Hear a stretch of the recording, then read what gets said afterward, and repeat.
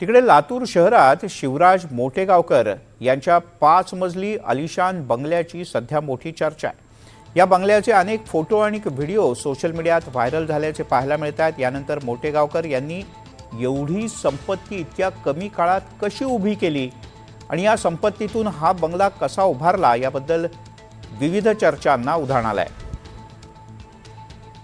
आदर्श कॉलनीतल्या मोटेगावकर यांच्या याच बंगल्याचा ड्रोनच्या माध्यमातून आढावा घेतला एनडीटीव्ही मराठीचे प्रतिनिधी विष्णू बुर्गे यांनी।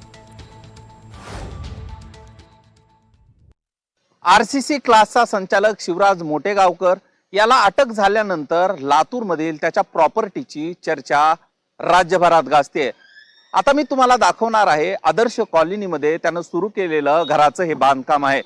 लातूर शहरातलं सगळ्यात व्हीआयपी असलेलं ही सगळी वस्ती आदर्श कॉलनी यामध्ये मोटेगावकरनं सुरू केलं होतं हे आलिशान बांधकाम। हे घर आहे, मागील 3 वर्षापासून या घराच्या बांधकामाला सुरुवात झाली होती।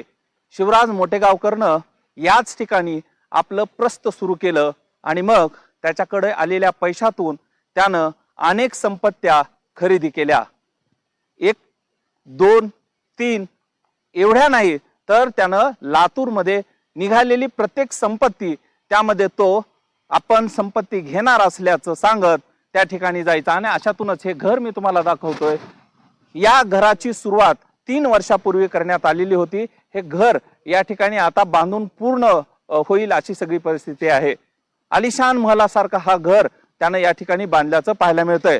मोटेगावकर याच्यावरती आरोप झाल्यानंतर अनेक त्याच्या प्रॉपर्टीची चर्चा सुरू आहे आणि त्यात या घराची देखील चर्चा सुरू आहे।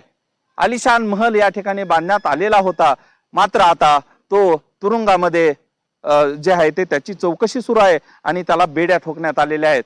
मात्र अशा पद्धतीने केलेली माया आणि त्यातून उभारलेले अशा पद्धतीचे बंगले याची चर्चा लातूर यासह वेगवेगळ्या ठिकाणी सुरू आहे। लातूर मधलं हेच ठिकाण आणि हाच त्याचा बंगला सध्या चर्चेचा विषय बनतोय। आदर्श कॉलनीमध्ये मोठ्या प्रमाणात 4 वर्षापासून याचं बांधकाम सुरू होतं आणि आता तो पूर्ण होताना पाहायला मिळतोय। त्यामुळे येणाऱ्या मायेतून कशा पद्धतीने हे प्रतिष्ठित लोक जे आहे ते असे बंगले उभा करतात आणि प्रॉपर्ट्या खरेदी करतात याची देखील चर्चा लातूरमध्ये रंगली आहे। विष्णू बुर्गे, एनडीटीव्ही मराठी, लातूर।